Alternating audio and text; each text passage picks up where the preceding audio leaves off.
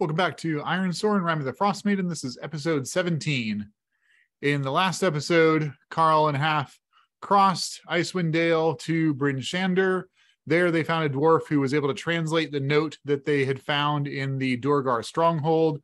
The note said that they were taking the prisoners to the ferry at Easthaven, where there were apparently some other Durgar. Karl and Haf headed off towards Easthaven. They got to Easthaven, they settled into the White Lady Inn, had a seance with Ronaldo, didn't get anything useful out of that, and then went to the Easthaven ferry.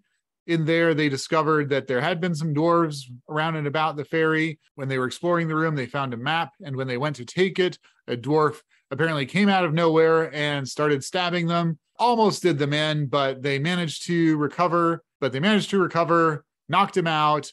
They heard some other dwarves coming, so they grabbed him, took him out over the ice, interrogated him about what happened to Bridget, and he said that some prisoners had gotten free on the journey from the Dwarven stronghold to the Easthaven ferry. And so Bridget is, as far as they know, running around the tundra somewhere. The escape happened close to Lac Denishare, so hopefully she's not too far.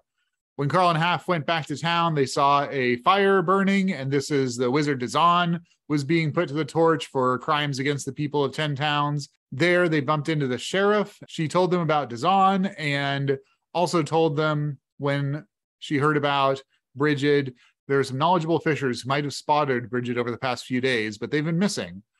So Karl swore a vow to head out, found their rowboat at least by these ice caves. One really important difference between D&D and Ironsworn is D&D assumes that you can have multiple combats and do pretty well. In fact, if you don't whittle down your players' resources and every combat they can completely go Nova using all of their powers, makes the game, it makes it a different game.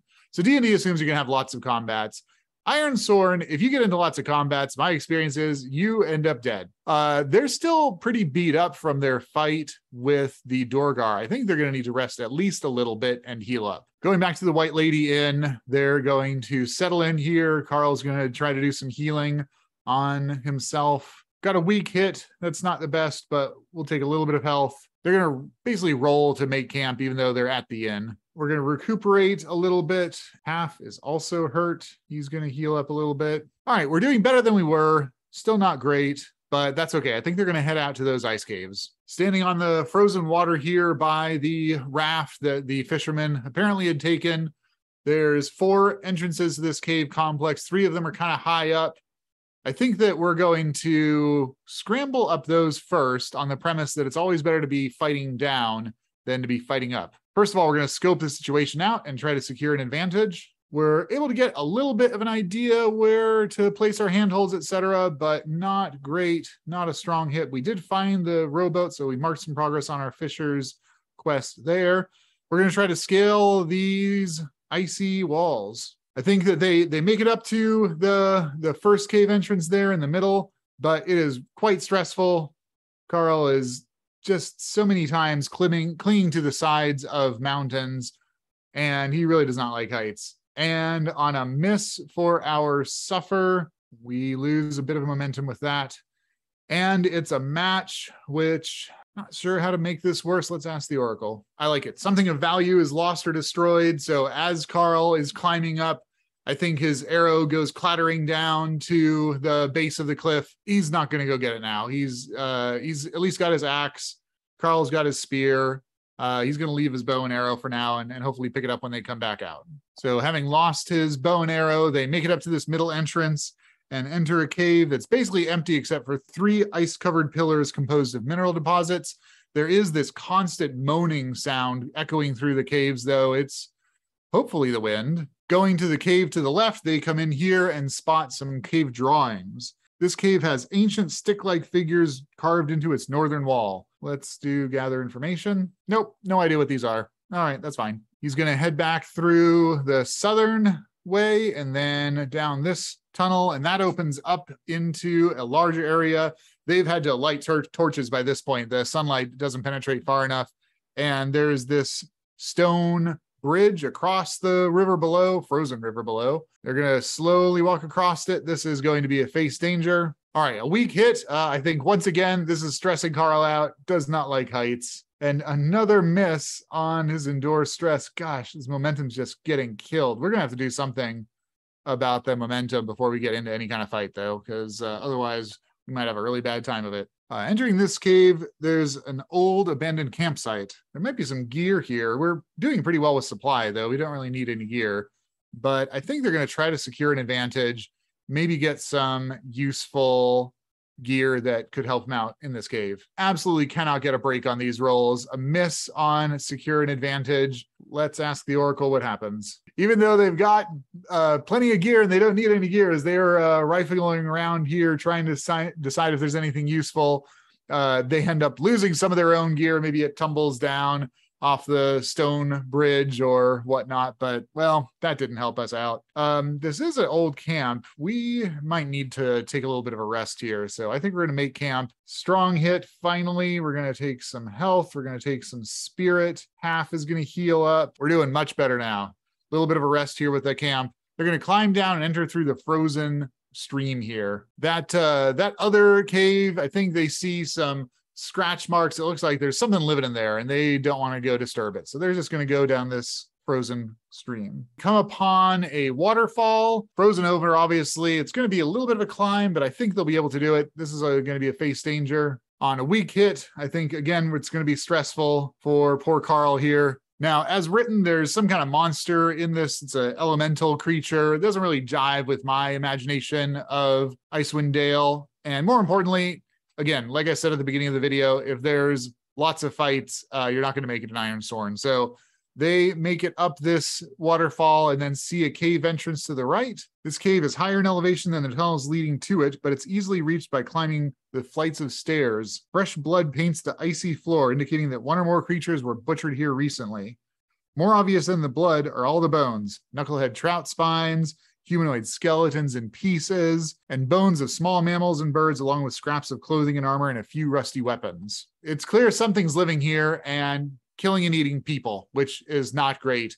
I really hope the Fishers aren't dead, because that's our last lead. Hopefully these guys saw something of Bridget, so hopefully they're not dead. Let's ask the Oracle. Are the Fishers dead?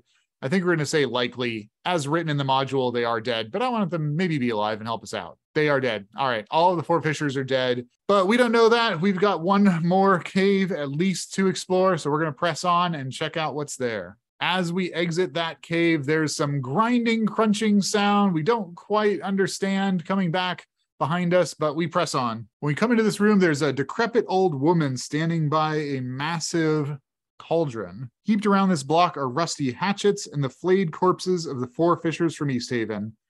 There's also a light that's floating around and seems to be maybe some kind of creature. Karl sees these dead fishermen and is absolutely shocked and looks at the old woman and says, "What have you done?" And so saying, she throws off her guise and they see that this is some kind of horrible monstrosity, not actually a human at all. They are going to charge in and enter the fray. All right, they got a weak hit on enter the fray. I think we've got to take momentum for that, try to build up some momentum. They charge at this creature and Karl is going to hack at her with his axe. This creature, I'm going to start off as dangerous, but we'll see. Things might get spicy. So they're going to charge in. They don't have initiative. Karl's going to try to hack at this creature with his axe. It doesn't seem to be armed, but it has these wicked long claws. She reaches out and rakes at Karl. Haf is also closing and threatening this creature. On a clash, we get a strong hit. I think we're going to take the momentum, and we have initiative. We are going to work together to strike. On a weak hit, we inflict some harm, but we lose the initiative because we hear whatever was coming through the tunnel. There was some noise in that tunnel that we just left. This creature emerges into the cave here. It looks like a skeleton that has been given horrible life. Karl and Haf have never seen anything like this before, but this skeleton is obviously a servant of this creature because it's coming up and it grabs Haf and is going to rend him apart. That's going to up the danger of this from dangerous to formidable. The fight just got a lot tougher. We lost the initiative. We are going to try to clash. We've got to do some damage, get the initiative back ideally. manage to do some harm, but Haf, grabbed by this skeleton, is being crushed by it.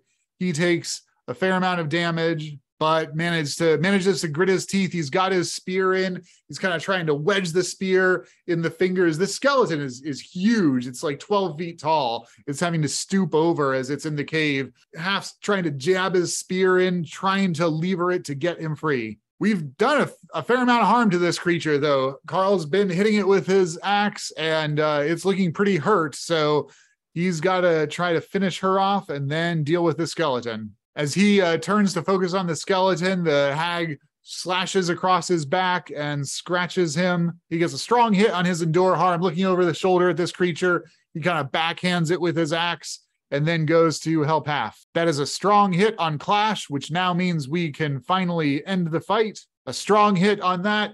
He, on his backhand, knocked out that horrible monstrosity and then goes to town on this skeleton, hacking with his axe at it, and finally he and Haf are able to pulverize as much of it as possible until it's no more. Karl looks at Haf and says, What just happened? What are these creatures? Haf kind of shrugs like, never seen them before. Karl's like, yeah, but this God, that was terrifying. I guess we found the fisherman, so we're going to mark progress on find the fishers. We were also exploring the cavern. I think we're going to mark progress on that because we were eliminating some places where they were not. Karl and Haf kind of go and check out this cauldron. It's this huge iron cauldron, and it's filled with stew, which is remarkable. With the Rime lasting as long as it has, there hasn't been a season for growing, so the animals are getting scarce. Everyone's getting desperate. Food is at an absolute premium. Well, they didn't find the fisherman alive to give them any useful information, but they've got this cauldron. It's full of stew. I think they're going to try to drag it back to town. It's going to take some time, but they're tough. Karl and Haf drag this massive kettle back to town. They find the sheriff. They tell the sheriff that the fishermen are dead. Found this kettle, and it's full of stew. Maybe the townsfolk can use it, so they hand it over. They're going to fulfill their vow. It's just a troublesome vow, but we got a strong hit, so we'll mark some experience for that. And we're going to see if we can forge a bond with this sheriff. This is Imdra Arlagath, the sheriff of Easthaven. All right, well, that's a miss. I can reroll one of the dice because I just fulfilled a vow, so I'm going to do that. That at least gets us a weak hit. The additional thing that she is going to ask is, she says that there was a murder in town. Torg's caravan had come into town, and then they left pretty abruptly after the murder, and the sheriff wants to have a little bit of a word with them. Karl's eyes kind of light up. He's like, oh, I've been looking for that caravan as well. Absolutely, I will track after them. So that gives us some progress on Kill Sefik Kaltro, because he's with Torg's caravan. Karl asks where they went, and she says that they went south towards Goodmead. We add Imdra to our bonds, and we are going to advance our bond chart here.